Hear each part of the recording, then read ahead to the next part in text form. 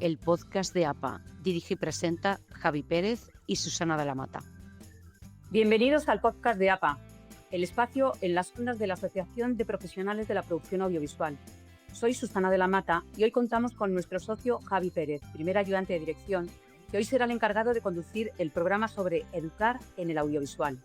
Y quien hablará con nuestros invitados, que también son socios, Roberto Lázaro, docente, María José Díez, directora de producción, Verónica Díaz, como directora de estudios de ECAM, y Iago Martínez, socio junior. Además, también participarán desde el Instituto de Enseñanza Superior Puerta Bonita su director Luis García Domínguez y Blanca Albito Feijóo, jefa del Departamento de Orientación y responsable de la Bolsa de Empleo. A todos vosotros, bienvenidos al podcast de APA y gracias por uniros a este coloquio. Después de una breve pausa, volvemos para conversar sobre educar en el audiovisual. Si quieres ingresar en APA como nuevo miembro, encontrarás toda la información de los tipos de socios que te proporcionamos y el formulario de solicitud de alta en nuestra web www.asociacionapa.es en Hazte Socio. Si eres proveedor de servicios al audiovisual y quieres que te conozcan nuestros asociados y el sector, aquí tienes un nuevo canal, el podcast de APA. Ponte en contacto con nosotros en info@asociacionapa.es o infórmate en nuestra web www.asociacionapa.es. Durante este año, si eres socio, trae un amigo profesional de producción audiovisual a APA y te regalamos una cuota trimestral y a él también. ¿Eres estudiante y quieres dedicarte al cine, a la publicidad o al mundo de las series de ficción? Pues ahora ya puedes formar parte de APA. Hemos creado para ti APA Junior. Infórmate en nuestra web.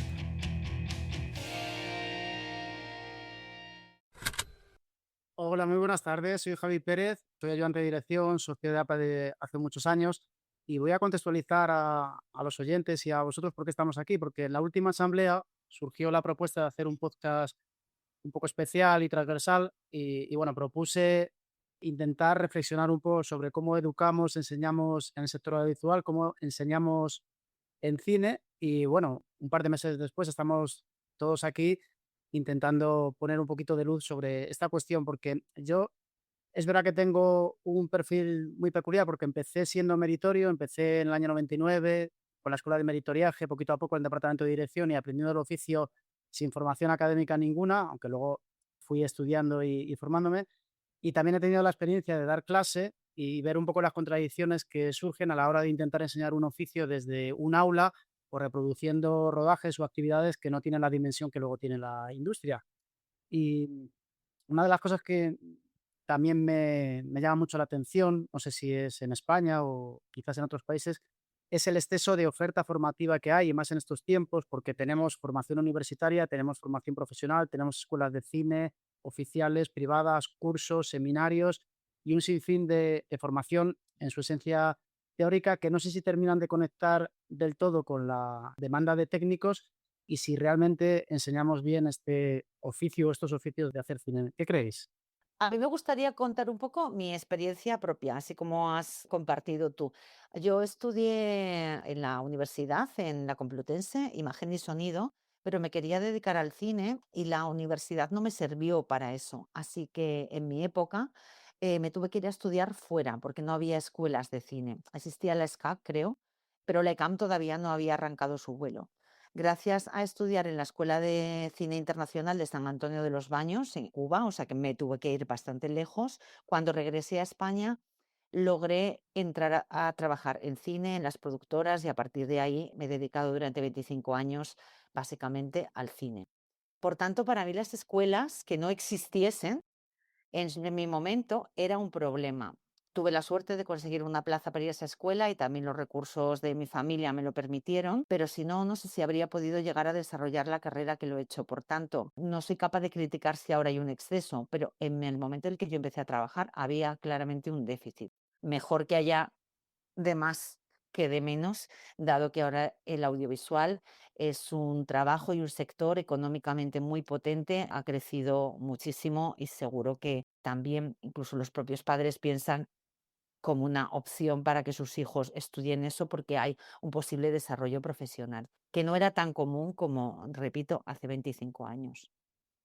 Bueno, por mi parte, como director de un centro público de formación profesional que se dedica este centro de manera especializada al sector audiovisual y gráfico, y tenemos los niveles de grado medio y de grado superior en estos ámbitos. Yo entiendo de todas maneras que depende de qué tipo de formación estemos hablando, pero en el caso de la formación profesional, que en origen formábamos fundamentalmente a los técnicos audiovisuales pensando en todos los sectores, no solamente en el cine, sino en la televisión, en las empresas productoras de lo que llamamos vídeo industrial o vídeo institucional, etcétera, etcétera. Yo creo que es cuando estamos hablando de formación profesional inicial, ten en cuenta que nosotros podemos tener alumnos en cualquiera de los títulos que tenemos, podemos tener chicos de 17, 18, 19, 20 años, también mayores, ¿no? Y creo que es imprescindible el que tengamos una formación de base. Algunas veces yo me encuentro en el ámbito profesional algunas opiniones de decir, bueno, realmente el oficio se aprende trabajando, obviamente como todo, pero necesitamos unas bases y un marco en el que especialmente los chicos o chicas de 17, 18, 19 años tengan unas bases sobre las que empezar a crecer como profesionales. De hecho, en el caso de la formación profesional, ahora mismo con la nueva ley de formación profesional, una cuarta parte de la formación se desarrolla en empresa. Es decir, que los chicos y las chicas que hacen los grados medios o los grados superiores de audiovisual o de cualquier otra formación profesional van a estar aproximadamente 1.500 horas en la escuela, con una dimensión, por cierto, muy práctica, y 500 horas en las empresas. De hecho, bueno, creo que luego saldrá más adelante, pero es que la colaboración de las empresas audiovisuales, de los profesionales audiovisuales que están en ejercicio para formar a las siguientes generaciones es básico. Nosotros en las escuelas actuales de formación profesional entendemos y presumimos que nuestros chicos y nuestras chicas están formados en parte con nosotros, digamos, ese marco, pero en parte, ni más ni menos que una cuarta parte formados en la propia industria. Y sé que la industria a veces es reticente porque lleva unos procesos y unos procedimientos que a veces es difícil incorporar estos aprendices o como les queramos llamar, estos chicos en la fase de formación en empresas, que es para nosotros necesaria y es parte del rigor de la formación que queremos dar.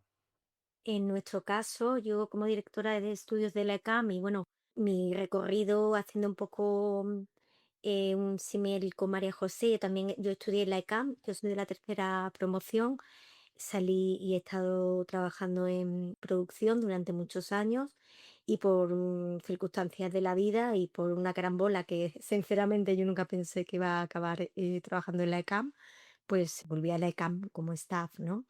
Entonces es verdad que nuestra filosofía es parecida a la de Puerta Bonita, en el sentido, bueno, son diferentes formaciones, pero sí que es una formación muy tecnificada, dada básicamente y principalmente por profesionales en activo en el modelo de maestro-aprendiz.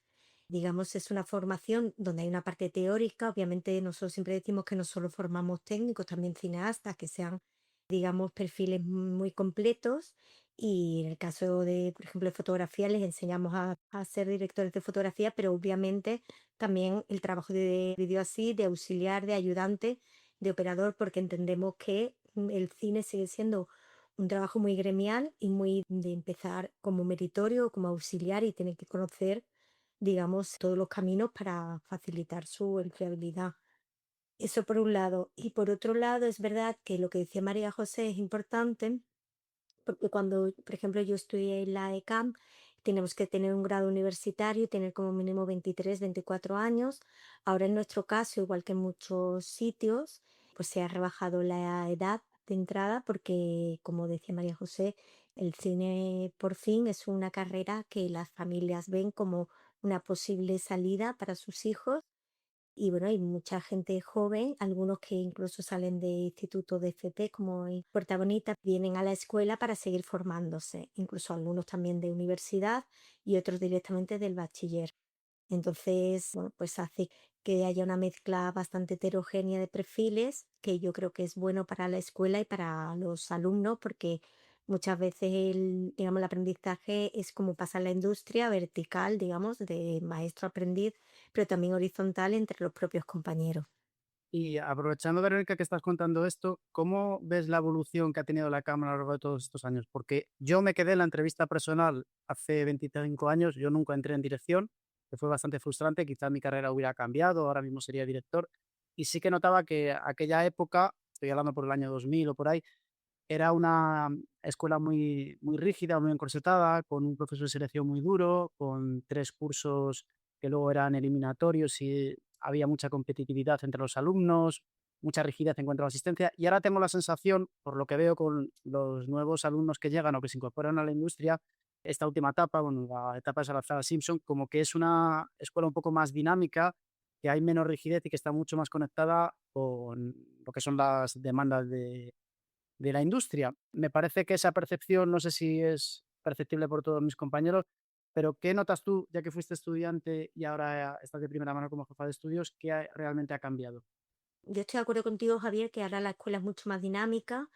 Es verdad que desde hace unos años, desde que está Gonzalo en la dirección, la escuela se ha acercado mucho más a la industria y, digamos, por dos motivos muy importantes. En primer lugar, para captar profesionales que vengan a dar clase a nuestras aulas o que den masterclasses y que nos actualicen también el plan de estudios, porque cualquier cambio, digamos, importante que hay en el sector se aplica enseguida al plan de estudios, porque al ser no oficial tenemos esa libertad que, bueno, tenemos cosas malas, pero eso es muy buena en el sentido que podemos actualizarnos constantemente. Y también intentamos pues tener mucha vinculación con el sector para poder facilitar la empleabilidad de los alumnos, sobre todo los perfiles más creativos, que son los que, como es normal, tardan más en poder acceder al mercado y bueno, y a conseguir levantar un proyecto. Y el hecho también de que los alumnos sean más jóvenes hacen también que se vaya actualizando mucho y refrescando mucho el dinamismo de la escuela, y lo que hemos decidido este año para el curso que viene es ampliar un año más la formación, haciendo un año y medio común y el resto de especialidad, porque en nuestro caso, no sé si en el caso de TP de Puerta Bonita, o sea, cuando son muy jóvenes, no tienen muy claro los perfiles ni a lo que se dedica cada uno de los profesionales que hacen un proyecto audiovisual.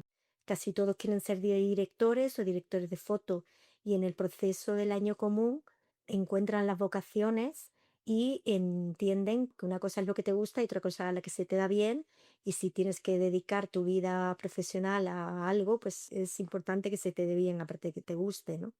Y creo que hay mucha, a la gente, digamos, joven y la que no viene del sector o no conoce a nadie vinculado con el sector, siguen siendo muy desconocidos muchas profesiones, no solo de jefatura, sino intermedias, como puede ser coordinación de producción o ayudante de dirección o, bueno, incluso cost controller y, bueno, muchísimos más que sabéis que tienen una demanda bastante grande en el sector, que son fundamentales a la hora de hacer un proyecto, pero que un chico de 18, de 20 años ni siquiera sabe que existe ni sabe lo que hace, ¿no?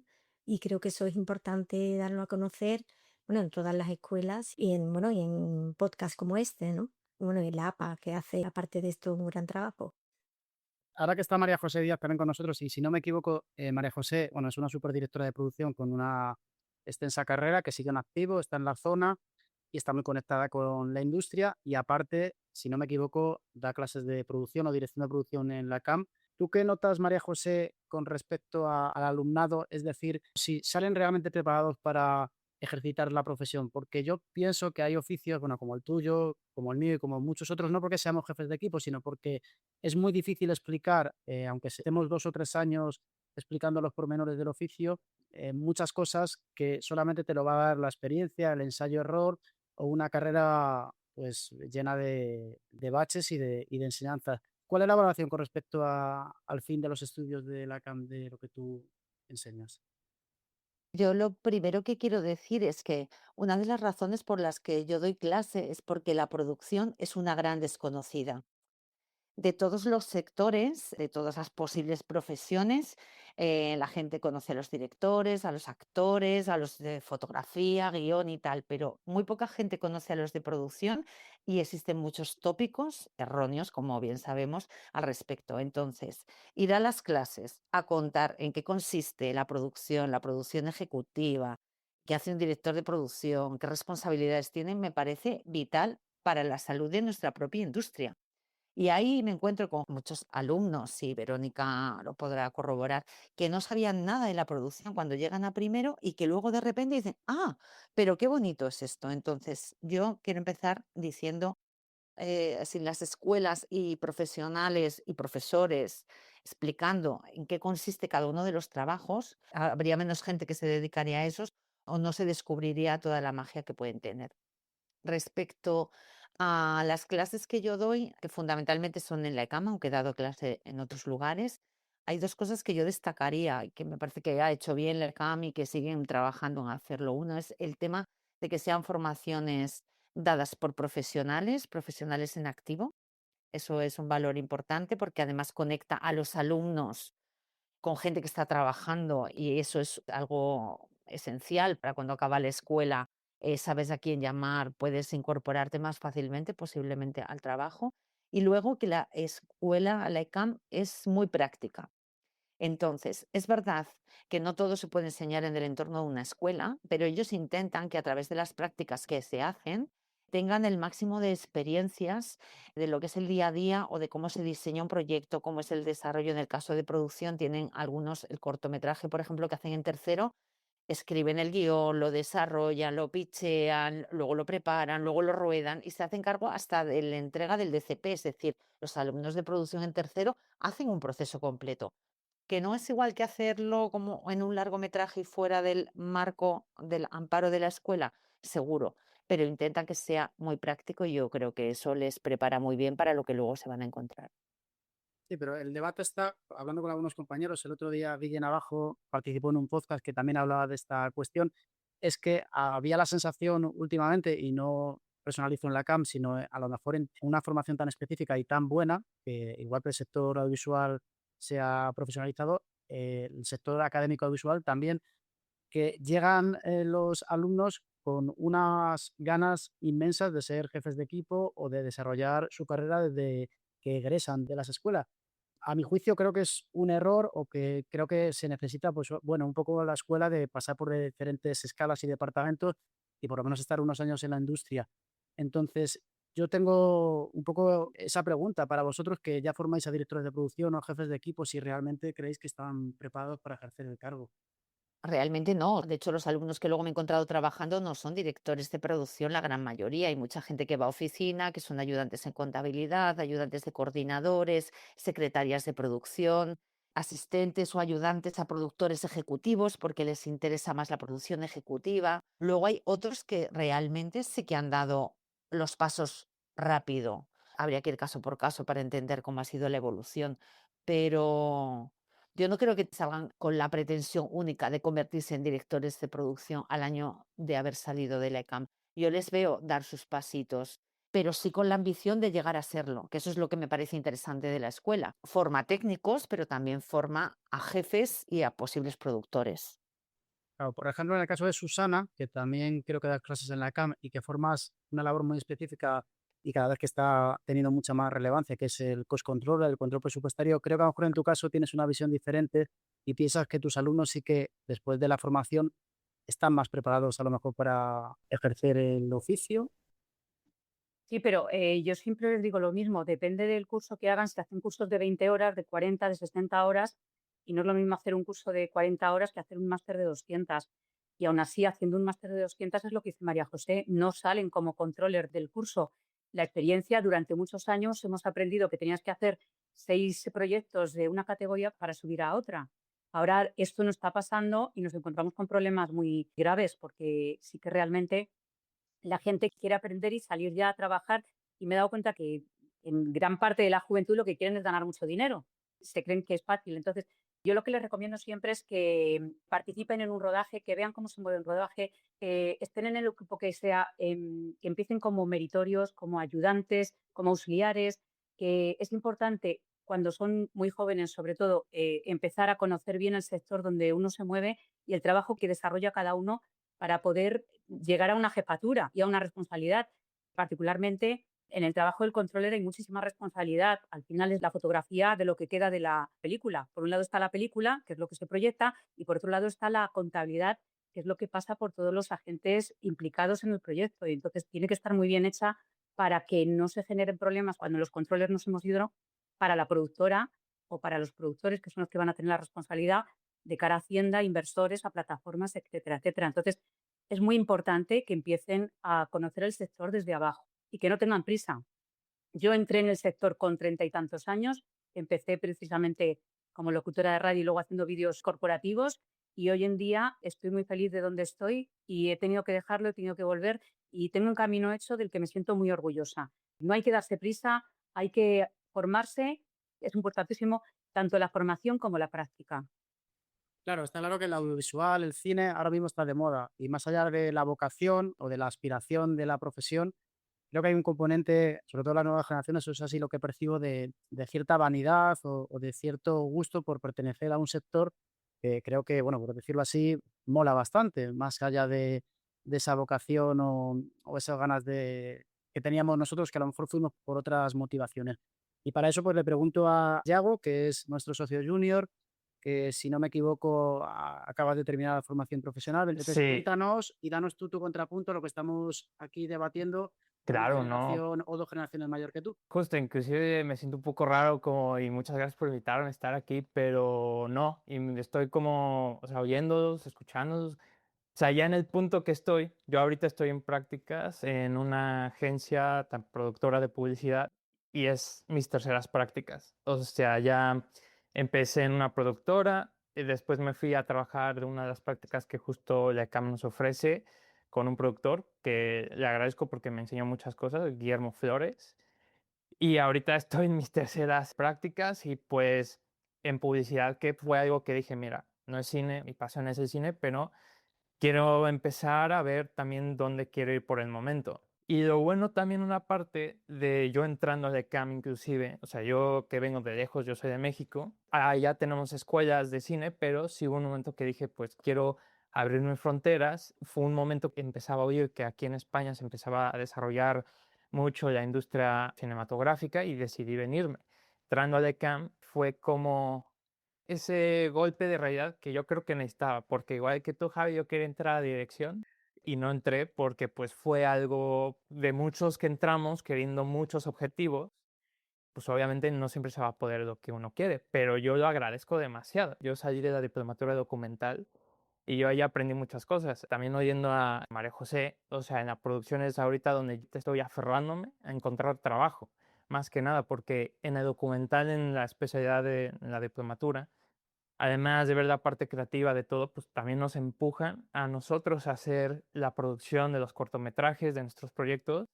No tenemos esa formación, es cierto, en la diplomatura de producción, que inclusive hay veces que yo decía, estas cosas quisieran saber más, pero yo creo que con lo que tenemos está bien porque son varios temas creativos como de producción que pues abarcarlos en cierto tiempo pues no se podría, porque además también tenemos que hacer los trabajos, pero de lo que yo pude sacar de producciones, inclusive donde estoy ahorita en las prácticas, porque ahorita estoy en prácticas de productor de agencia y son cosas que al tener esta base en la CAM que me dio, ahorita me ha servido para aguantar porque hay cosas que estoy aprendiendo en la marcha que justo le decía a unos amigos de la CAM que como que sé lo que estoy haciendo, pero a la vez no sé lo que estoy haciendo.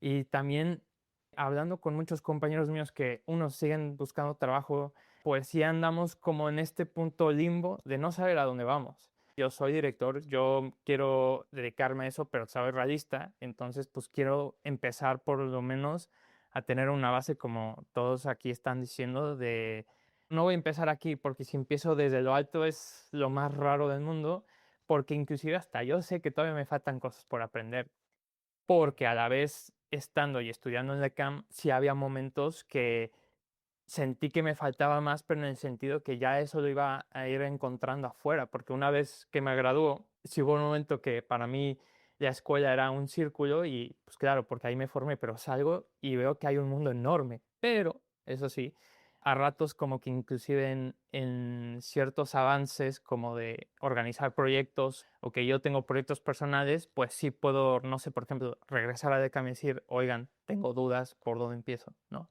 Y te sirve de consuelo, Yago, yo pienso que esa sensación que dices de saber lo que estás haciendo y no estás haciendo, creo que nos ocurre a todos. Tenemos 10, 15, 20 películas, series, proyectos, porque si algo tiene nuestra profesión es que cada proyecto es único e indivisible y que, sobre todo, las personas que forman parte del equipo hacen un proyecto diferente. Y bueno, no sé si estáis de acuerdo conmigo, espero que sí, así que esa sensación la vas a tener durante toda tu carrera, sin duda. Que yo también quería comentar que estáis hablando de la parte artística de lo que es el cine, pero también está la parte, precisamente la que tocamos nosotros, la parte de la contabilidad, que la contabilidad no es el enemigo de la creatividad. Yo creo que es guardiana de que todo suceda como tiene que suceder. Que animo a que la gente que esté estudiando cine, que se preocupe también de esta parte de contabilidad, que es muy importante y es muy bonita, que tiene su parte de creatividad y que cada decisión que se toma desde que se escribe el guión tiene un coste y es importantísimo ser, pues eso, los vigilantes de ese coste. Por lo tanto, bueno, es una parte más también del rodaje del equipo y muy necesario y por eso este puesto, que es el que yo hago ahora, está adquiriendo tantísima importancia y se hacen tantísimos cursos para formar a gente que realmente sepa manejar, porque, como he dicho antes, hay muchos frentes implicados. Así que yo animo que la gente investigue un poquito en lo que es la contabilidad, que el Excel no es nuestro enemigo, es nuestro amigo, y además que dentro de poco con la IA, pues todo esto va a ser mucho más fácil todavía. Yo quería añadir otra cosa, porque estamos hablando como de los conocimientos, de lo técnico, pero creo que en nuestro sector, a nivel de jefatura, etcétera, es muy importante el tema psicológico, la madurez que tienes que tener para gestionar equipos, gestionar recursos, el presupuesto, los imprevistos, el estrés propio de un rodaje, etcétera. Y eso es algo que, aunque la escuela está rodando y tal, pero las situaciones de estrés pues están controladas porque es un entorno educativo, cuando sales a trabajar realmente es un poco lo que estáis diciendo, o sea, empezar por arriba es que te puedes encontrar con líos gigantescos que no es que no tengas el conocimiento, no tienes la madurez psicológica o las herramientas para manejar esas situaciones. Entonces, yo sí que creo que eso sí que lo del tiempo, lo de la experiencia, vas ganando solidez en tus decisiones, en cómo manejar los conflictos, que todos sabemos que pueden ser de cualquier tipo, que no solo saber manejar el Excel, también hay una parte en la psicología, digamos, de los equipos que es súper importante en el trabajo de la dirección de producción, al menos. Totalmente de acuerdo. También pasa en los creativos, ¿no? O sea, obviamente un director y un guionista, hay muy pocos casos en la historia del cine que hayan dirigido una película con veintitantos años, ¿no? Es normal que necesiten también ese trabajo de madurez y ese impas de aprender, como está haciendo Yago, pues muchos alumnos nuestros, y seguro que también de FP y de cualquier otro sitio, pues obviamente trabajan en otros sitios, van aprendiendo poco a poco, ya pueden ser como auxiliares o como secretarios o como sea, y van desarrollando sus propios proyectos. Lo que pasa que es verdad que en los técnicos pues siempre es mucho más accesible, digamos, poder entrar a un equipo, bueno, dentro de las limitaciones que hay, ¿no? Porque este sector sigue siendo muy relacional y siempre parece que vale más lo malo conocido que lo bueno por conocer, ¿no? Pero sí que los técnicos es más, digamos, orgánico el poder entrar a un equipo y poder hacer auxiliarías o trabajar en videoclip, en formatos audiovisuales más pequeños. Y en el caso de los, digamos, autores o productores ejecutivos, como comenta María José, es un camino a largo plazo. De hecho, bueno, mi equipo y yo, cuando hacemos las entrevistas de acceso a la gente que se postula a la escuela, siempre le quitamos las ganas de que se dediquen a esto, porque siempre decimos, ver cine es maravilloso, pero no tiene nada que ver con hacer cine. Y les hablamos de la exigencia de la escuela, pero porque la escuela es exigente, igual que Puerta Bonita sé que es exigente, porque el sector es muy exigente. Lo sabemos todos, o sea, nos cambia la vida, o sea, es una manera de vivir, una manera de estar en el mundo, una manera de relacionarte, donde de repente durante 3 meses vas a ver más a tus compañeros de trabajo que a tu familia, donde no tienes tiempo para poner lavadoras, etcétera, etcétera. O sea, eso pasa en el sector y es una realidad que no se puede obviar.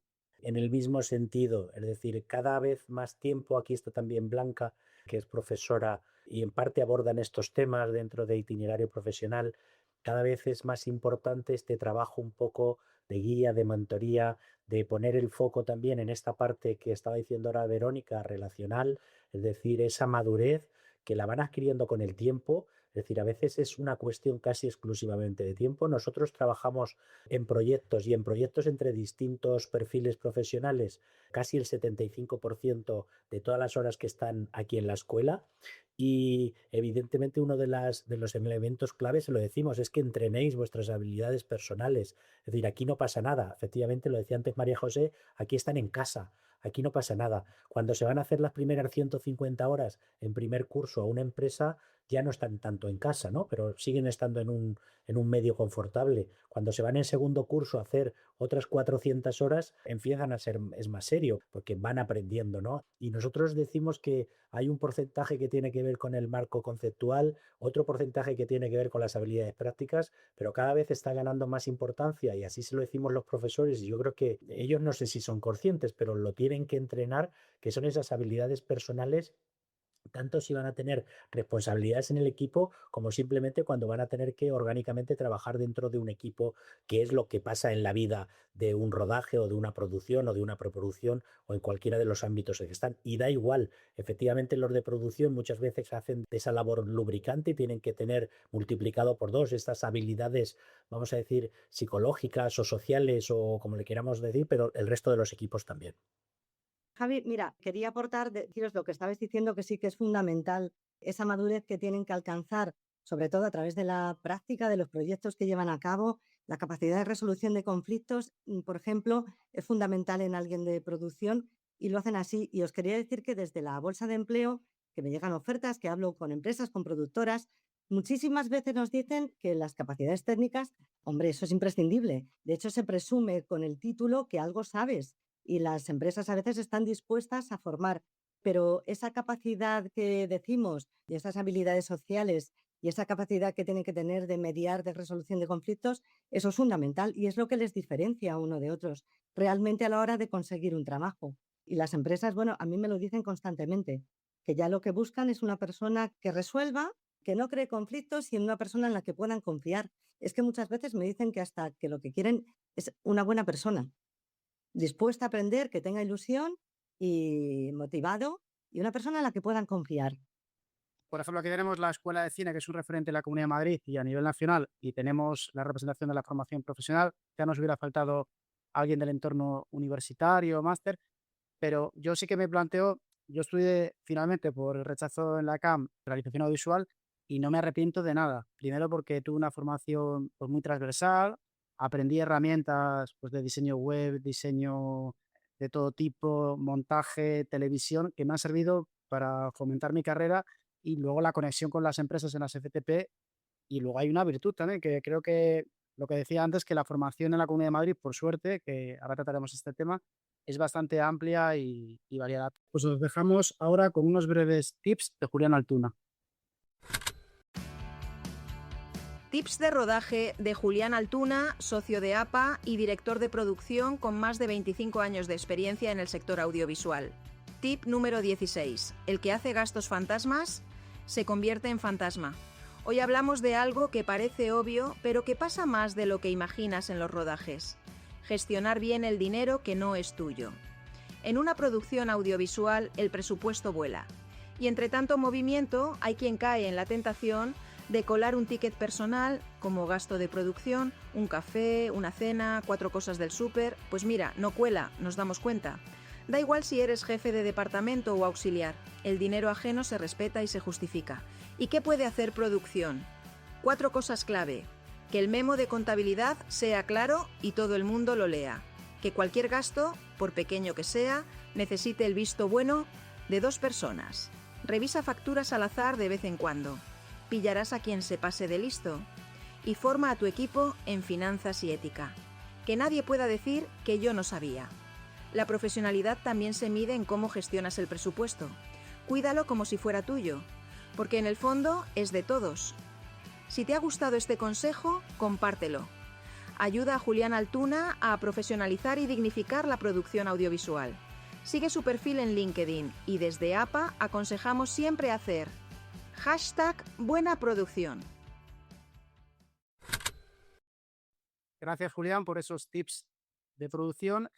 porque Luis y Blanca, Bueno, vosotros sois representantes de formación profesional del Puerta Bonita, que es un instituto clave y referente aquí en la Comunidad de Madrid. Yo creo que junto con el José Luis García en Alcobendas son de los dos centros en la comunidad más punteros en cuanto a bueno, equipamientos y, por supuesto, formación de profesorado, también el siglo XXI de Leganés. O sea, creo que aquí en la Comunidad de Madrid hay una gran oferta formativa pública en el sector visual, pero ¿podéis contarnos un poco exactamente qué grados o módulos, bueno, como se llame técnicamente y cómo tenéis diversificada la oferta formativa en el sector visual y la parte práctica? Porque sigue habiendo FTPs, ¿no? En empresas. Pues actualmente en formación profesional del audiovisual tenemos dos niveles, el grado medio y el grado superior. En grado medio solo tenemos actualmente una titulación. Es un técnico polivalente, el nombre se llama Video DJ y Sonido, pero es un técnico polivalente un poco todoterreno, tanto en el ámbito, digamos, de la imagen como del sonido. De hecho, su inserción no es muy alta, excepto en algunos aspectos concretos como el videomapping u otras técnicas de este tipo, pero son la cantera un poco en parte de los grados superiores. Y en grado superior, que muchos llegan desde el grado medio, pero otros llegan desde el bachillerato, habiendo terminado el bachillerato, lo que nos encontramos también son con 2 cursos, 2000 horas de formación, y actualmente tenemos el técnico de iluminación y captación de imagen, el técnico de sonido, el técnico de producción en audiovisuales y espectáculos y el técnico de realización, además de animaciones 3D y videojuegos, ¿no? Que es un ciclo muy interesante, pero muy heterogéneo y muy amplio, que casi lo que hace es hacer como una especie de introducción a un mundo y de orientación a la gente que está dispuesto a trabajar tanto en el ámbito del modelado, o en el ámbito de la animación, o en el ámbito de los videojuegos, pero hay una inserción también, Blanca lo conoce bien, pero en muchos casos competimos con unas titulaciones más amplias y otras exigencias en el mercado. Pero eso es un poco las titulaciones. Y sí, preguntaba Javier si los ciclos formativos, como cuando tú estuviste estudiando, si tienen sus prácticas. Sí, de hecho las hemos ampliado. Cuando tú estudiaste tu ciclo formativo, que pertenecía a otra ley, tenías unas 380, no llegaba a 400 horas de prácticas, ahora son 500, y la otra novedad es que las prácticas se hacen tanto en primer curso como en segundo curso. En primer curso se viene a hacer una parte, unas 100, 120, 130 horas. En el segundo curso se viene a hacer el resto, unas 380, una cosa así, horas con las empresas. Y de hecho, este es un reto. Ahora mismo hay una cierta polémica con la nueva ley porque se ha incrementado la relación con la empresa, son más horas las que tienen que dar y, bueno, pues a veces encontramos que la respuesta en ciertos sectores no es la que nos gustaría, porque de hecho, vamos a decir, al sector audiovisual, a las productoras audiovisual o de teatro o de espectáculos, que son al sitio donde los chicos o las chicas llegan a formarse, es que necesitamos más colaboración. Y sé que es difícil, porque cada uno está en su proceso de producción, pero si queremos que ese hueco que hay entre lo que pasa en la escuela y lo que pasa en la empresa cada vez sea más pequeño, y siempre va a haber un hueco, porque no es lo mismo la vida productiva que la vida formativa, por decirlo, y además es que los chicos cuando se están formando, la mayoría, no todos, pero están iniciándose, son aún personitas, vamos a decir, es decir, que es que son chicos y chicas de 17, 18 y 19 que en muchos casos aún están madurando, como decíamos antes, porque además la maduración hoy a 2026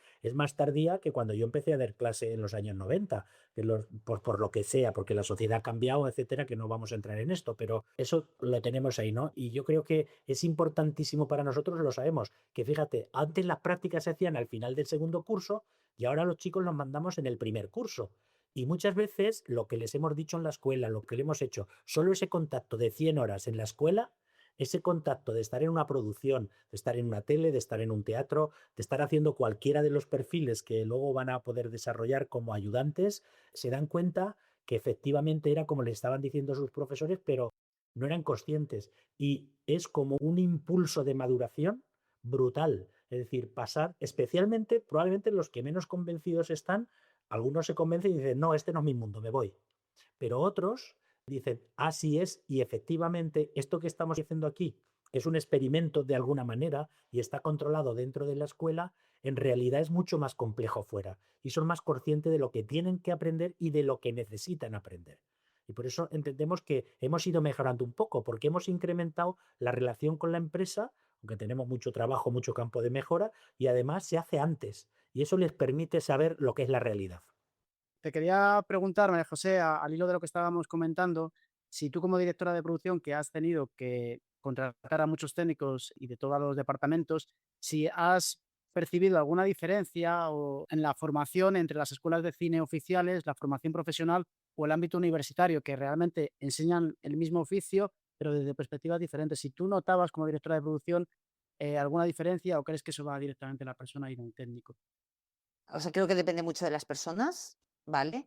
Pero en general, a mí la gente que viene de escuela me gusta porque ya sé de dónde vienen, sé lo que han aprendido, conozco esa escuela o no, pero sé que tienen pues, ese background también en la parte académica. Digamos que para mí es una referencia que vengan de escuelas, pero hay gente que no viene de escuelas o que viene de otros lugares y he trabajado con ellos sin ningún problema. Bueno, muchas gracias, María José. Y estamos ahora con Roberto Lázaro, que yo llevo escuchando hablar de ti desde hace más de 20 años porque estudié realización y mi profesora Custodia te tenía en alta estima como director, ganador del Goya de aquel entonces de La Viga y también como docente. No paraba de hablarnos de ti como que eras uno de los mejores docentes de la Comunidad de Madrid. Y mira, ahora estamos aquí y hemos tenido la oportunidad de conocernos. La pregunta es muy concreta. Tú que estás metido en las comisiones dentro de la Alianza Audiovisual, ¿qué nos podrías contar sobre las enseñanzas artísticas superiores audiovisuales y qué se está avanzando con respecto a esta materia? Bueno, lo primero, muchas gracias y ya se las daré a Custodia personalmente. Son muchos y muy buenos los profesores que hay en toda la formación profesional en la Comunidad de Madrid. Mira, respecto a las enseñanzas artísticas superiores, se está tramitando un Real Decreto donde haya una modificación que incluya también las especialidades de animación, videojuego, cinematografía y audiovisual, desde una componente estrictamente artística y creadora. Es decir, en ningún momento hará competencia a los estudios de formación profesional que son eminentemente técnicos. Creo que el desarrollo es ahora para 2026 y para finales del 27 ya estará el Real Decreto para todos, publicado. Una cuestión que estamos haciendo este podcast desde Madrid, la Escuela de Cine Oficial está en Madrid y Barcelona, la industria durante muchos años ha estado muy centralizada en Madrid y Barcelona y quizás ahora se está abriendo más al territorio nacional gracias al incentivo fiscal y bueno, el apoyo a las instituciones públicas, pero sí que creo que la oferta académica, ya que estamos haciendo un podcast solamente hablando de educación en el sector visual, está muy centralizada sobre todo en Madrid y Barcelona. ¿Vosotros creéis que una persona que haya nacido en Madrid y que tenga acceso a estudiar en la Comunidad de Madrid o en Barcelona lo tiene más fácil para dedicarse al sector que alguien que ha nacido en la provincia de Badajoz o en Lugo, por ejemplo? Bueno, yo puedo hablar por mí, que soy sevillana y me vine a Madrid a estudiar aquí. A ver, en general es verdad que ahora hay, digamos, núcleos de producción muy intensificados por todo el tema del que tú has apuntado, Javier, especialmente sabemos el País Vasco y Canarias, ¿no? Lo que pasa es que es verdad que es una cuestión ahora mismo de coyuntural que seguramente pasará a largo plazo. En el País Vasco hay dos escuelas que están muy bien. Lo que pasa que muchas veces las productoras, como sabéis, se llevan a los jefes de equipo y de allí, pues en los sitios donde ruedan, buscan auxiliares o técnicos concretos, ¿no? Bueno, no sé, la verdad es que desconozco si ahora mismo se está tirando más de jefe de equipo en Canarias o en el País Vasco, porque no he rodado últimamente allí, pero tradicionalmente ha sido así. Entonces es verdad que los que viven en Madrid o en Barcelona tienen más facilidad para estudiar en el sector porque hay más centros especializados. Y luego en paralelo eso está pasando que ahora mismo, como todos sabemos, vivir en las grandes ciudades se está complicando más y encareciendo más. Cuando yo era estudiante, prácticamente los de Madrid eran minoría y ahora mismo es al revés. Los de Madrid son mayoría porque es muy difícil, no sé si a los compañeros de Puerta Bonita les pasa, aunque normalmente son perfiles más jóvenes, pero cada vez cuesta más que los alumnos vengan a Madrid por lo caro que está, sobre todo la vivienda, ¿no? Entonces yo creo que esto va a facilitar a lo mejor que se desarrollen eso con la ley de enseñanza superior artísticas cuando se apruebe, seguramente hará que se puedan crear centros formativos que puedan dar servicio a todas las comunidades autónomas, porque FP de audiovisuales, hay, por ejemplo, en Sevilla hay uno muy famoso y bastante bueno, que es Néstor Almendros. Hablo de Sevilla porque obviamente después de Madrid es la ciudad que más conozco. También en Málaga sí que hay, bueno, el País Vasco ya he dicho que hay un par y en otros sitios, pero al final el centro de producción principal sigue estando en las grandes ciudades y especialmente en Madrid, que con todo el hub audiovisual, es verdad que ha comido mucho el terreno al resto de provincias. Yo estoy de acuerdo contigo, Verónica. Yo llegué a Puerta Bonita en 2010 y ahí yo observo una gran diferencia en el alumnado. Antes teníamos más alumnos que venían de Valladolid, de Toledo, de otras provincias y ahora muchos de ellos más maduros, más mayores, más sabiendo lo que querían. Al parecer cambió también la normativa en cuanto al acceso a los centros públicos y ahora tenemos pues más, la gran mayoría de alumnos pues vienen del bachillerato en los ciclos de grado superior. Tenemos también una parte importante que vienen de la universidad. Se quejan de que en la universidad pues que no han aprendido nada práctico. Han aprendido muchos conocimientos teóricos, son unos cracks a la hora de estudiar y la parte teórica, pero dicen que, bueno, pues eso, que no han tocado una cámara. En fin, es eso. Pero sí que es cierto que los alumnos que tenemos ahora, la mayoría son de la Comunidad de Madrid. Al hilo de esto que hablábamos de la localización de dónde están los centros de producción, las escuelas o la asimetría que hay entre la oferta formativa y las oportunidades laborales dentro del sector, yo sí que quería haceros la pregunta porque la tasa de empleabilidad, yo desconozco los datos, pero creo que sigue siendo muy baja en el sector académico audiovisual con respecto al sector industrial. Y eso puede producir pues, mucha frustración, bueno, mucha desesperanza y que mucha gente que haya invertido muchos años y recursos económicos en su formación, sobre todo pues, en escuelas como la CAM, NESCAC, que son bueno, escuelas privadas o subvencionadas, pero que hay un alto coste o másteres, pues que luego no puedan ingresar en el sector de ninguna manera y desistan y esos estudios no le hayan servido para nada. Eso puede pasar y es extensivo a otros muchos sectores, pero creo que el nuestro se lleva la palma en ese aspecto, por la dureza de la carrera. Entonces, los que sois profesores aquí, bueno, Roberto, María José, los que habéis estado delante del alumnado, ¿cómo habéis incidido en este aspecto? ¿En la búsqueda de empleabilidad en el sector, en mantenerse y en formarse una carrera a largo plazo? Bueno, pues mira, concretamente mi experiencia en los años que he estado impartiendo clase y algunos alternando con el módulo de formación de centros de trabajo, había un problema que es endémico al sector, que es a ver, las producciones tienen unas fechas determinadas que la mayoría de las veces no coinciden con las posibilidades que tienen los alumnos de incorporarse, porque las fechas también en las que se realizan las prácticas en empresa, bueno, pues no coinciden con el inicio de los rodajes y bueno, pues era difícil cuadrarlo. Por eso la mayoría de los centros, el perfil de empresas que tienen, están muy vinculados al audiovisual y a la televisión, pero menos a la industria cinematográfica. Desde APA se viene ya trabajando en la posibilidad de que la incorporación de alumnos junior a la hora de plantear puestos de auxiliares y de meritorios en los rodajes, que haya una diferencia por los alumnos que han terminado el grado superior y se incorporan en APA como socios junior. Y de esa forma, pues la carencia que tienen de incorporarse al sector cinematográfico estrictamente a la hora de hacer la formación en centro de trabajo como módulo último del curso, pues les sea más fácil.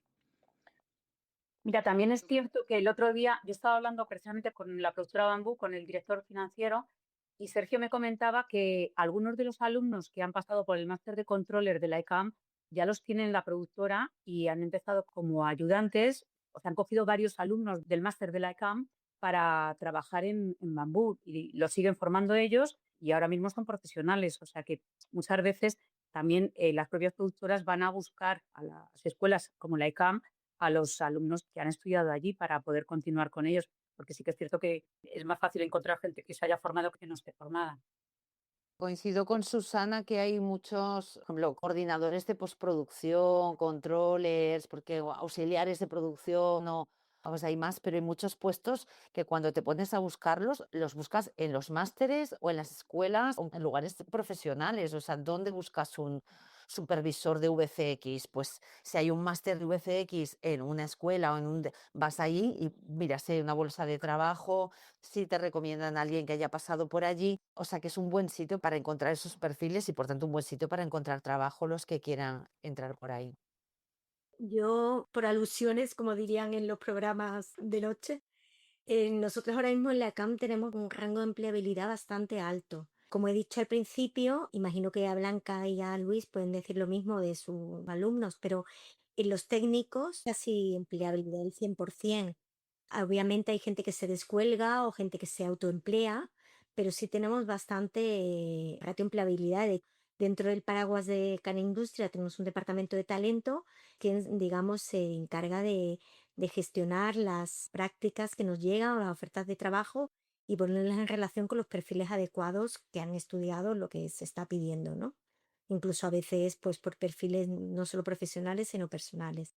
Los que sí les cuesta mucho más emplearse, como he comentado antes, pues la gente que ha hecho una carrera autoral o que quieren ser productores ejecutivos, que lo ha dicho también María José, o director o guionista o también documental, que son carreras que van a más a largo plazo y que necesitan, digamos, de generar la confianza de un productor o de un guionista senior o de un productor ejecutivo que apueste por ellos, ¿no? También es verdad que estamos ahora mismo en un momento muy bueno del sector, hay mucho trabajo. Los que somos más mayores, salvo Yago y Raquel, hemos vivido más de una burbuja. Entonces, bueno, sabemos que en el momento en el que estamos viviendo ahora hay mucha empleabilidad porque hay muchísimo trabajo. Y como hemos comentado antes, eso ha facilitado o ha hecho que muchos que han empezado como auxiliares estén en la siguiente película como ayudante y otros como jefe muy pronto, ¿no? Que normalmente en nuestro tiempo, Javier y yo más o menos somos de la misma época, bueno, de Susana también, nosotros hemos ido pasito a pasito, pues eso, haciendo 6 como auxiliares, 6 como ayudantes o más, hasta que hemos podido dar el salto cuando se ha podido, ¿no? Pero ahora es verdad que es más rápido porque no se rueda más o se rueda más rápido, ¿no? Y esa coyuntura hace que haya mucho empleabilidad, ¿no? En Portabonitas, que por una parte están las prácticas de cada uno, ahora se llama fase de formación en la empresa, la antigua FCT de antes, y eso lo llevan los tutores y luego aparte tenemos bolsa de empleo para los egresados, ya para los titulados. Y es cierto que en los perfiles que son más técnicos, técnicos de iluminación, de sonido, esos trabajan todos, los que quieren trabajar, vamos. Cuando terminan ya muchísimo, se quedan ya trabajando en empresas donde han hecho la fase de formación en la empresa. En otros perfiles, pues cuesta un poquito más, pero bueno, que también hay bastante oferta. Es un momento bueno. Ellos, la ansiedad que tienen o la angustia a veces es, pues que muchas veces son puestos de mucha temporalidad, que cuesta también conseguir algo. Y luego también, pues de prácticas y prácticas y prácticas, ya están un poco cansados de tanta práctica y lo que necesitan es un contrato laboral. Porque Ujú. tú, Yago, que nos has contado que te va estupendamente bien en este periodo de prácticas, en la formación documental, ¿cómo ves tu carrera a largo plazo y la de tus compañeros? O sea, téstanos o contradícenos lo que estamos aquí diciendo de que todo va genial. O sea, en parte sí estoy de acuerdo y en parte no que esté de desacuerdo, pero sí es como otra realidad. Porque sí, inclusive estos días me he encontrado así de suerte a varios compañeros técnicos de foto. Algo bueno es de que, pues, claro, yo llevo buen rollo con la mayoría, entonces también entre nosotros, aunque no sean proyectos remunerados, pues nos mantenemos con la fe en alto y hacemos proyectos entre nosotros, que eso después ayuda porque pues hay que estarse moviendo, no hay de otra. La cosa es que sí hay un momento que ya necesitamos trabajar porque pues aunque sea algo, o sea, bajo y empezar, pero necesitamos sí ya por lo menos sentir que algo está rindiendo frutos, pero ahí ya depende de cada quien. En mi caso, sí, como voy en mis terceras prácticas y son las prácticas inclusive que estas sí las encontré por mi cuenta, porque a la vez que la ECAM nos envía, Verónica lo sabe, que nos envía prácticas, nos recomiendan que nosotros busquemos. Entonces, pues yo cuando me iba a graduar sí me entró como un miedito por ahí que dije, no, no, yo no me quiero quedar quieto y empecé a buscar. Entonces, al buscar, pues desde LinkedIn hasta preguntando y muchos nos. Y eso, pues, te tienes que ir acostumbrando, sí o sí. Porque ahí también te das cuenta de las cosas que piden. Yo aplicaba desde cosas de montaje, cosas técnicas, cosas de que obviamente sabiendo que yo podía hacer, pero cosas de todo y muchas veces o me contestaban o no me contestaban. Por suerte me contestaban y me decían, no, muchas gracias por participar. Y eso por lo menos me quedaba tranquilo de que, bueno, por lo menos se dieron el tiempo de ver, o sea, mi perfil y todo. Pero sí hay hubo ya un momento de que seguía buscando y entonces justo ahorita en las prácticas que estoy, que duran 6 meses, pues inclusive ya tengo también yo que ir pensando, no sé si me van a contratar después, no sé cuál es el siguiente proceso, yo de todas formas sigo viendo otras oportunidades porque pues así es, hablando con otros compañeros, hay compañeros, inclusive 2 compañeros de fotografía que han tenido trabajos, también como eléctricos y así, pero no están todavía ahí dentro de la industria como quisiéramos estar, obviamente. Entonces, no es de que inclusive se quejan, más bien es como de, pues mira, estoy aquí, tenemos algunos trabajos aparte, como camareros o así, porque es lo que toca necesitar un trabajo. Entonces, también depende de la situación de cada uno. También, como lo han dicho, depende en qué te especializaste. Hay también compañeros míos que sí ya están trabajando, esos totalmente, y que ya están ejerciendo y que están avanzando. Pero después entre nosotros, hablando más ya de nuestra perspectiva, que inclusive a veces, siendo honesto, pasa que yo recomiendo, si alguien escucha, es no compararse con el otro. O sea, porque cada quien tiene un camino diferente y es difícil. O sea, tengo 24 años y después digo, híjole, este ya está aquí y yo estoy en mis terceras prácticas. Pero después lo piensas y dices, pues sí, pero yo hasta admito que todavía me faltan cosas que aprender y las iré haciendo y él tendrá su camino y qué bueno que le esté yendo bien y si no, pues ánimo. Pero depende mucho, o sea, depende mucho y sí, inclusive si se está sintiendo que hay muchos que quieren hacer lo mismo, que la verdad que bien, pero a veces sí es como de, uy, y a ver si me va a tocar el chance a mí. De eso es más como yo lo he sentido, ¿no? Y hago todos, en todos los sectores, tenemos que aprender, eso es a lo largo de toda la vida, no te preocupes, que nunca se termina lo No, siento, pero total, total, sí. eso no cabe duda, Blanca, y además, inclusive yo lo estoy viendo. Eso no impide que tengas un trabajo y con un contrato laboral y que se puede seguir aprendiendo mucho y un profesional con un contrato sigue actualizándose siempre.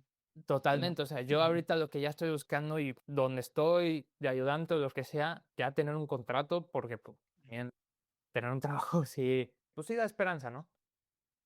Hombre, claro, seguro que llega Ay, pronto. muchas gracias. A mí me gustaría decir que en nuestro sector la IA lo va a revolucionar todo. O sea, no es que Sí, tengas que claro. aprender tú, es que todos los que estamos aquí nos vamos a tener que poner las pilas ya, nos tenemos que estar poniendo las pilas con un tema que nos va a afectar radicalmente en nuestra vida cotidiana, pero por supuesto en el audiovisual. Así que ahí estaremos estudiando contigo, Yago, aprendiendo todos cada día.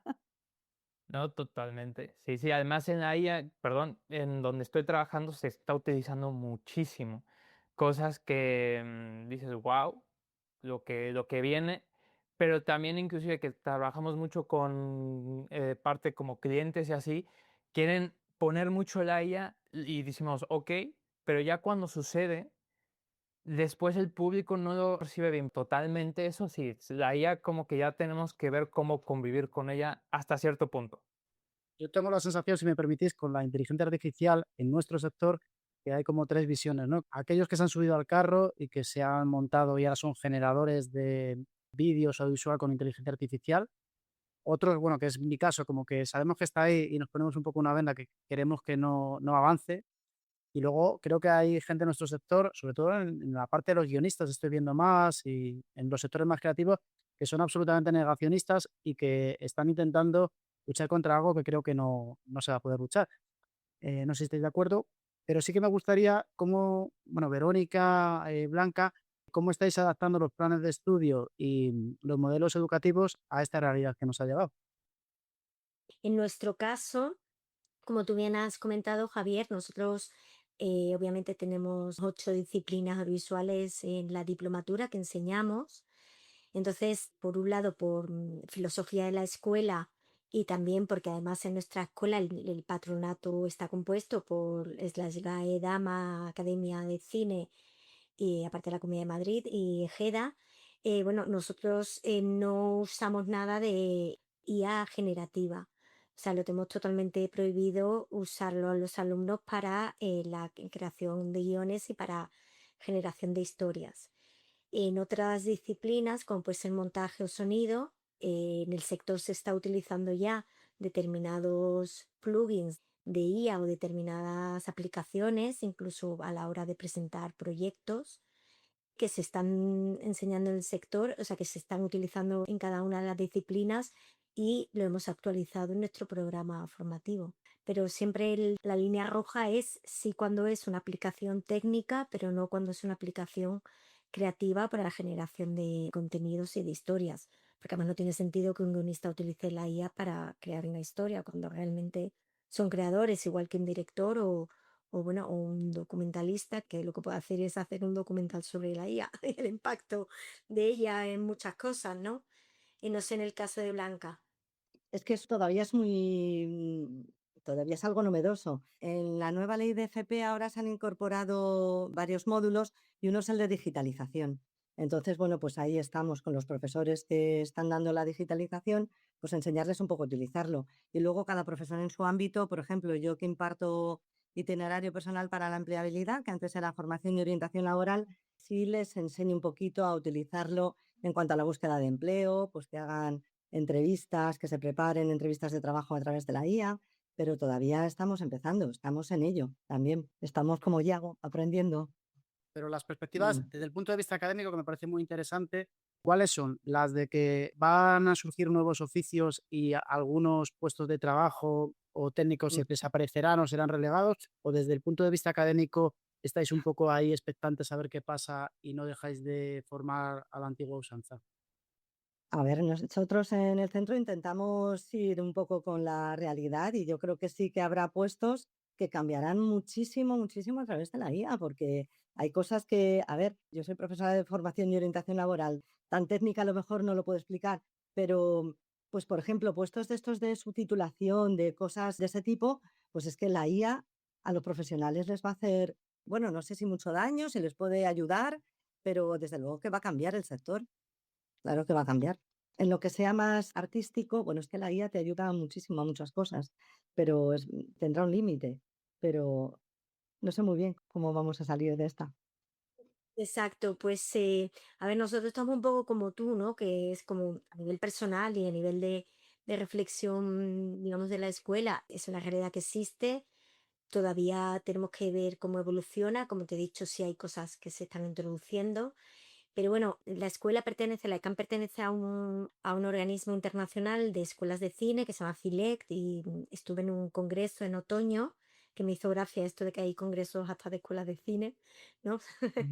Y entonces era una reflexión que teníamos todos, ¿no? Porque al final a todos nos afecta, ya vivas en Sudáfrica, que en México, pues, que en Estados Unidos.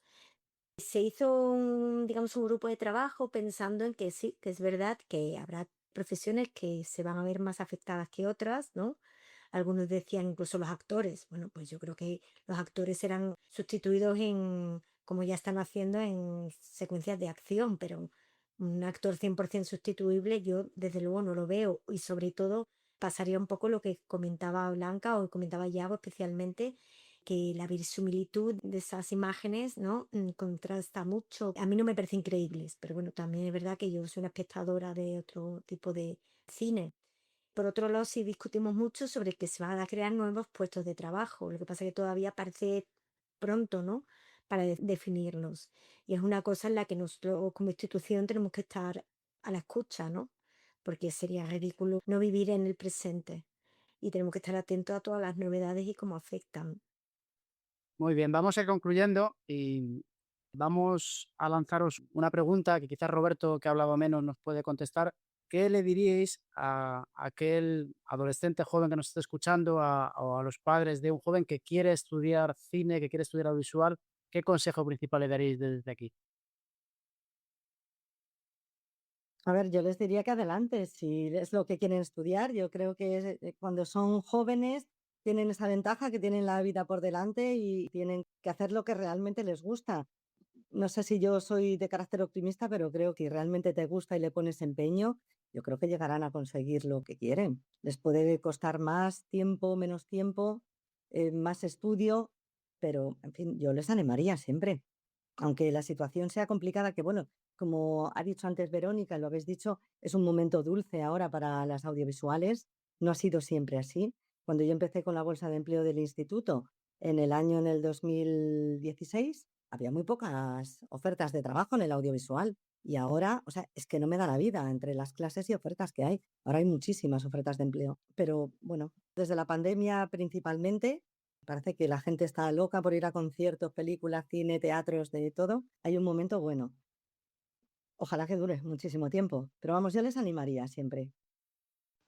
Pues sí, estoy totalmente de acuerdo.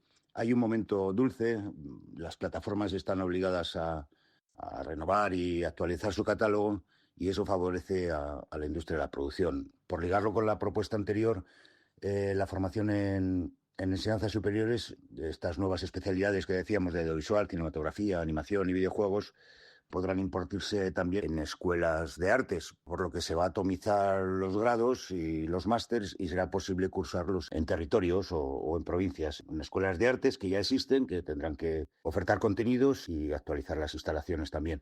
Entonces se podrán impartir especialidades de guión, de dirección de arte, dirección de fotografía, vestuario, caracterización, efectos visuales, todo relacionado con lo que se habla en este foro de cinematografía, más allá de que también haya, obviamente, videojuegos y animación. Por otra parte, desde la Dirección General de Formación Profesional se ha decidido separar los ciclos tradicionales de la familia de imagen y sonido en dos grupos. Imagen y sonido de audiovisuales separado de imagen y sonido de espectáculos. Esto obedece a una demanda, tiene cierta lógica por parte de las empresas del sector de espectáculos, música en directo, eventos, teatro, etcétera, de tener sus propios estudios y su propia especialidad. ¿Qué ocurre? Que si hasta ahora tradicionalmente la imagen y sonido se ofertaba los ciclos de realización, de sonido, de producción y de iluminación-montaje, si hasta ahora se ofertaban con una carga horaria, con contenidos para audiovisuales y contenidos para espectáculos, ahora al separarse hay que rehacer la programación y dotar de esa mitad de contenidos que faltan al separarse para que la carga horaria sea la misma. Y habrá centros que tendrán que elegir la especialidad que imparten. Habrá centros que darán imagen y sonido de audiovisuales y otros centros de imagen y sonido de espectáculos. Básicamente es esto. También se está desarrollando esto pues, para los próximos años. Bueno, pues yo desde mi punto de vista, sí, por supuesto animo a que el adolescente que hemos sido todos, ¿no? A que estudie audiovisual, pero siendo consciente de eso, de que va a elegir una carrera y un camino en el que, digamos, no todo es ropel ni alfombra roja, sino todo lo contrario, son madrugones, frío, calor, bocadillo de queso y mortadela. Y bueno, es una actividad profesional maravillosa, que es muy gratificante y muy bonita y que tienes que vivir con pasión, porque si no se puede hacer muy complicada. Entonces, por eso siempre muchas veces quito las ganas a la gente que quiere estudiarlo, en el sentido que tienen que ser conscientes que es un compromiso y una manera de vivir, que es precioso, pero que también es bastante duro y bastante exigente, que parece que no vale cualquiera y bueno, antes hemos hablado que es muy importante, por supuesto, y Yago lo ha dicho, y Blanca y Luis también, que lo más importante en el trabajo, pero en la vida y sobre todo en el cine es la actitud, ¿no? O sea, el conocimiento se puede adquirir, la actitud es muy difícil de cambiarla. Entonces, hay que ser de una manera concreta pienso, para estar en un rodaje, ¿no? O sea, ni mejor ni peor, simplemente pues tener ganas de aprender, ser proactivo y bueno, tener ganas de ser joven, quererte comer el mundo, que es lo que se trata, ¿no? Además, si me permitís, me gustaría añadir que lo importante también es ver cine español, conocer los técnicos, ver cine en el cine, siempre que se pueda, conocer qué hacen los técnicos, quiénes son, qué películas han hecho los actores, conocer las asociaciones del sector, todos los organismos que nos puedan dar información, las Film Commission, las Film Office, las escuelas, y meterse en todos los grupos, en todas las jornadas que uno pueda, porque yo creo que ya no solo el trabajo, sino que también hacer una red de contactos, el networking, todo eso nos va a ayudar primero a conocer el sector en el que queremos trabajar y saber bien dónde estamos, y luego además para eso, para tener una red de contactos que nos van a ayudar en un futuro seguramente. Yo creo que eso también es una parte importante, además de lo que estamos hablando de la formación y de las prácticas, ¿no? Sí, muy bien traído, Susana, eso es fundamental. Y lo que tú has dicho, que se vea cine, que se lea de cine y que se vea eso, cine español, y que se conozca a los protagonistas del cine. Muchas gracias, Verónica, Roberto, María José, Luis, Blanca y Yago. Muchísimas gracias por debatir con nosotros esta tarde. Gracias a la Asociación APA por permitirnos hablar de algo tan importante y relevante para cualquier sector, y más como el nuestro, que es la educación, la formación y seguir pensando en el futuro de la industria. Y bueno, gracias a ti, Susana, por acompañarme en este coloquio.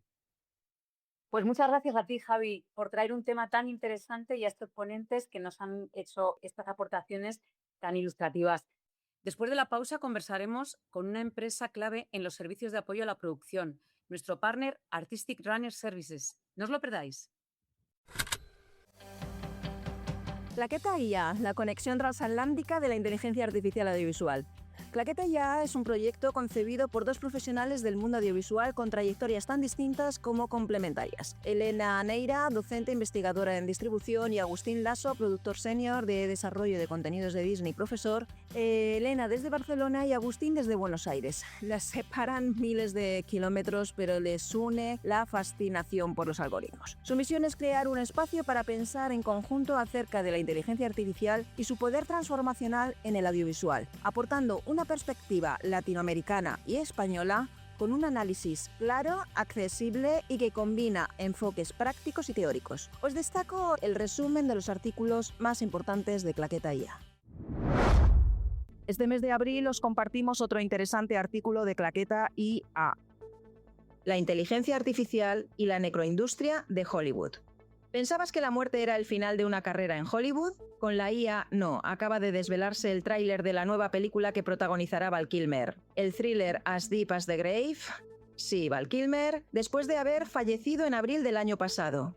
No hablamos de un simple cameo digital de 2 segundos, sino de una AI performance completa. Una réplica sintética construida con sus archivos de vídeo, fotos y audios de distintas etapas de su carrera, combinados con tecnologías de recreación facial y clonación de voz, que le devuelve a la gran pantalla.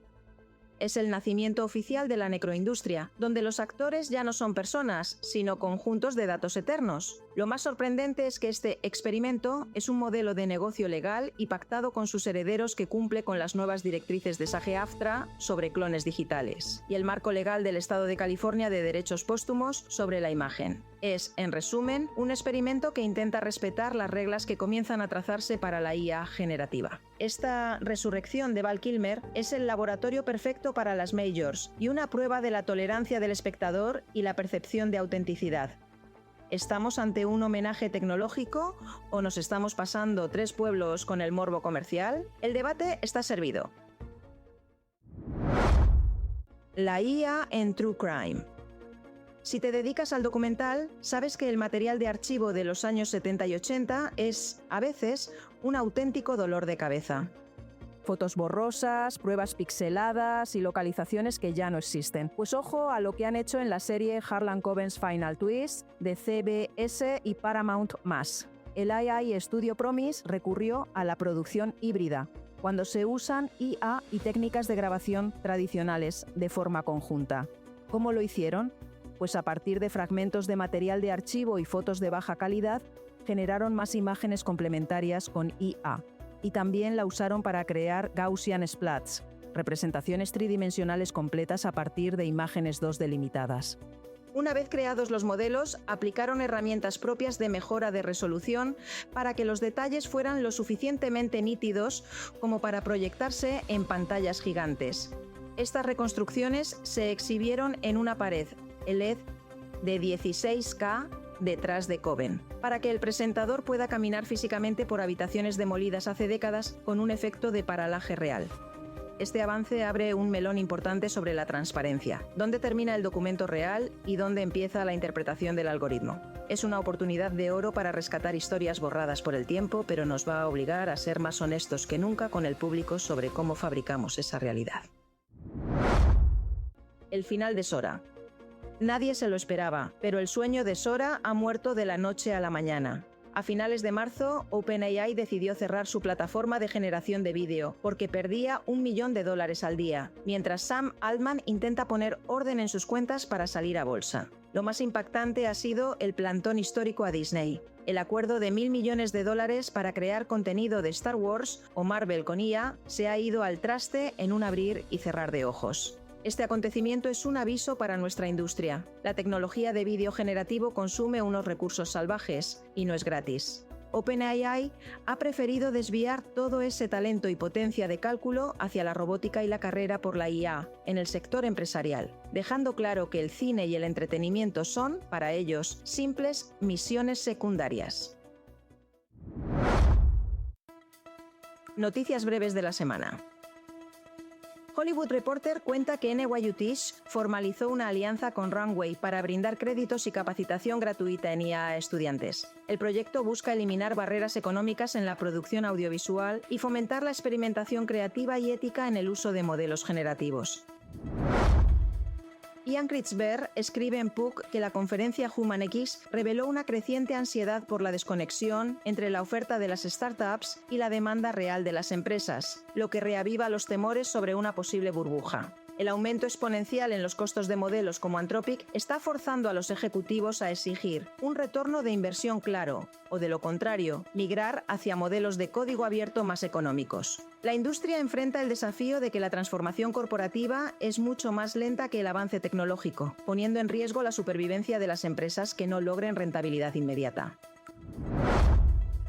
Jeff Bezos está creando una startup de IA llamada Project Prometheus, para la que está fichando talento top, incluyendo a extrabajadores de OpenAI. El enfoque es desarrollar IA para aplicaciones industriales, con una fuerte inversión para competir en la carrera tecnológica. Un informe señala que California ha perdido unos 114.000 empleos creativos desde 2022, pero concluye que la principal causa no es la IA, sino cambios estructurales como la menor producción y el traslado de rodajes fuera del estado. Pues hasta aquí os extraemos las noticias de Claqueta IA, que consideramos son interesantes para todos los socios de APA. Soy Aurora Martínez y te recomiendo que todos los jueves sigas a Elena Neira y Agustín Lasso en claquetaia.substack.com. ¿Sabías que la Federación de Cines de España, FECE, ha publicado un informe Dossier de Datos 2025? Esto es un análisis sobre asistencia a las salas de cine en España. ¿Quieres leerlo? Pues mira, en nuestra web, en la sección de informes sectoriales, encuentra este y otros informes súper interesantes en nuestra web y también en nuestras redes sociales.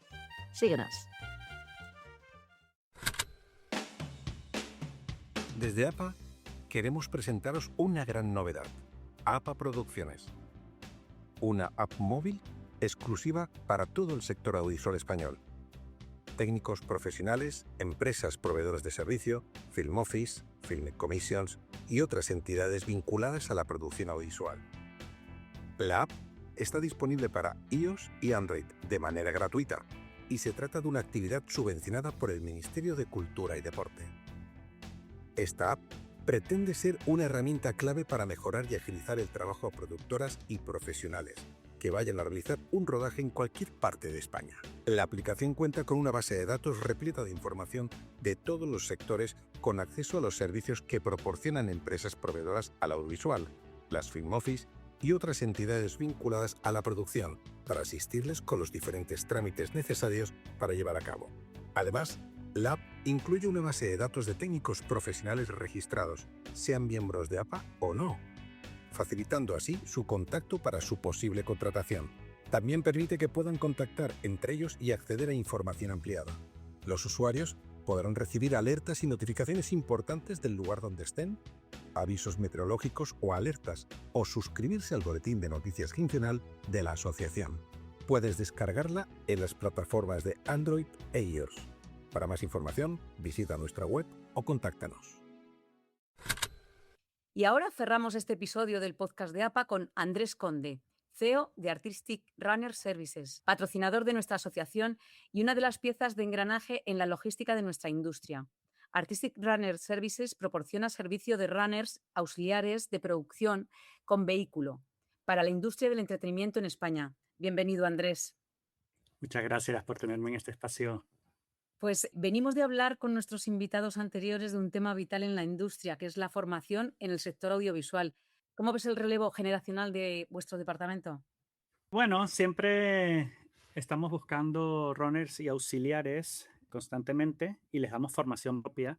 Los probamos en diferentes proyectos y bueno, el relevo siempre estamos acostumbrados a él. Hay de todo en la industria, pero bueno, en general vienen chicos con formación, por lo menos teórica, digamos, y algo de práctica en las academias, digamos.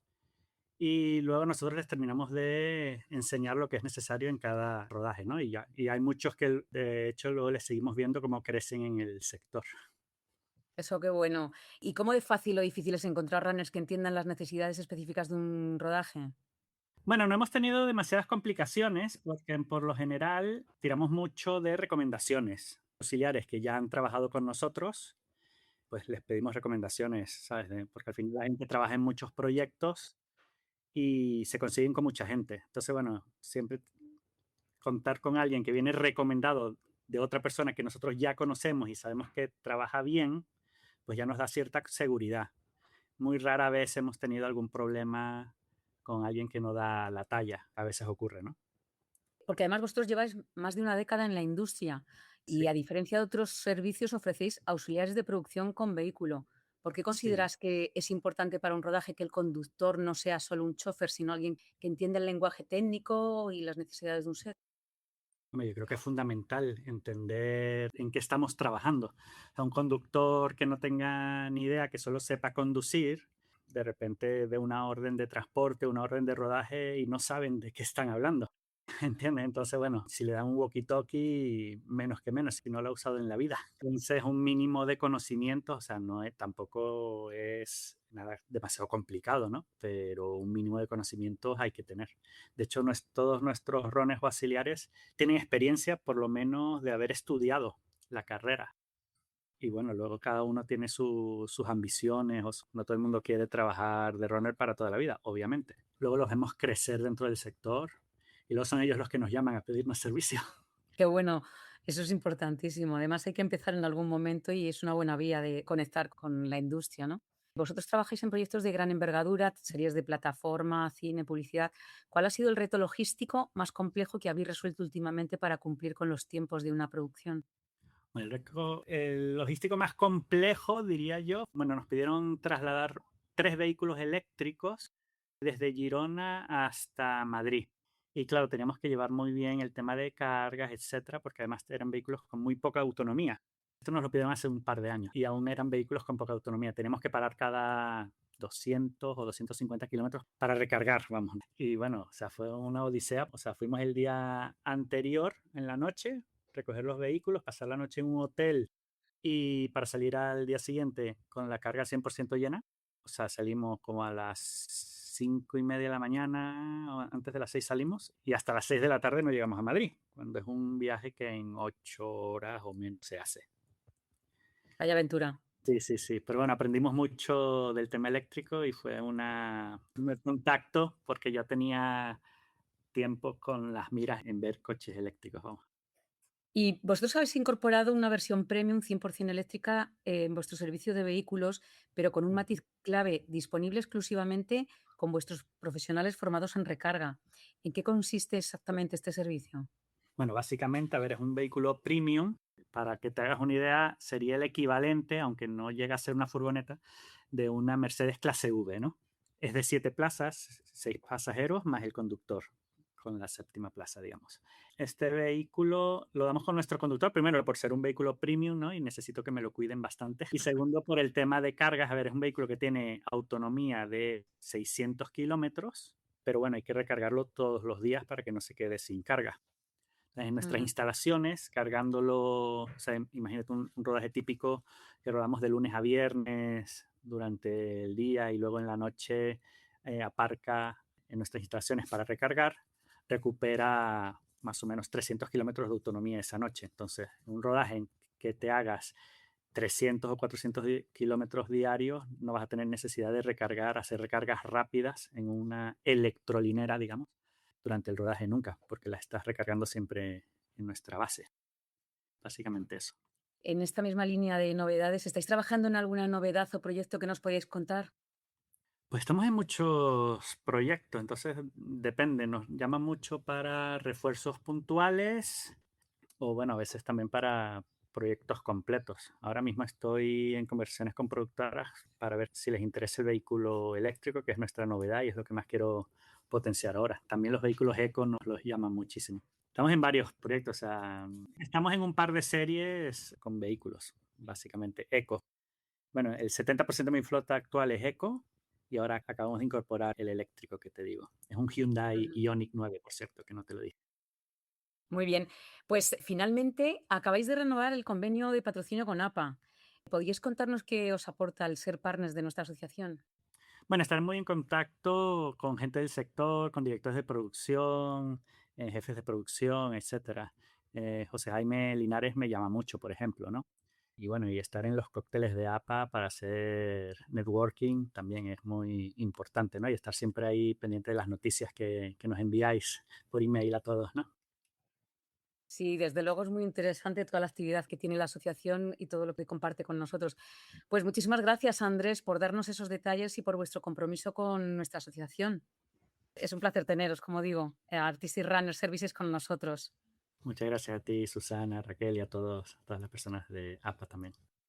Aquí terminamos el episodio 88 de nuestros podcasts. Soy Susana de la Mata y nos escuchamos en el próximo programa. Pero antes de irnos, queremos dar las gracias a nuestra gerente Beatriz Lago y a nuestros socios de APA, quienes van interviniendo con sus voces para las cuñas que nos informan de nuestra asociación. Gracias, compañeros. Y a Music Library y a Cres Music Library, que nos han dejado usar la música de librería que ha acompañado este programa de podcast. Muchas gracias y hasta el próximo programa.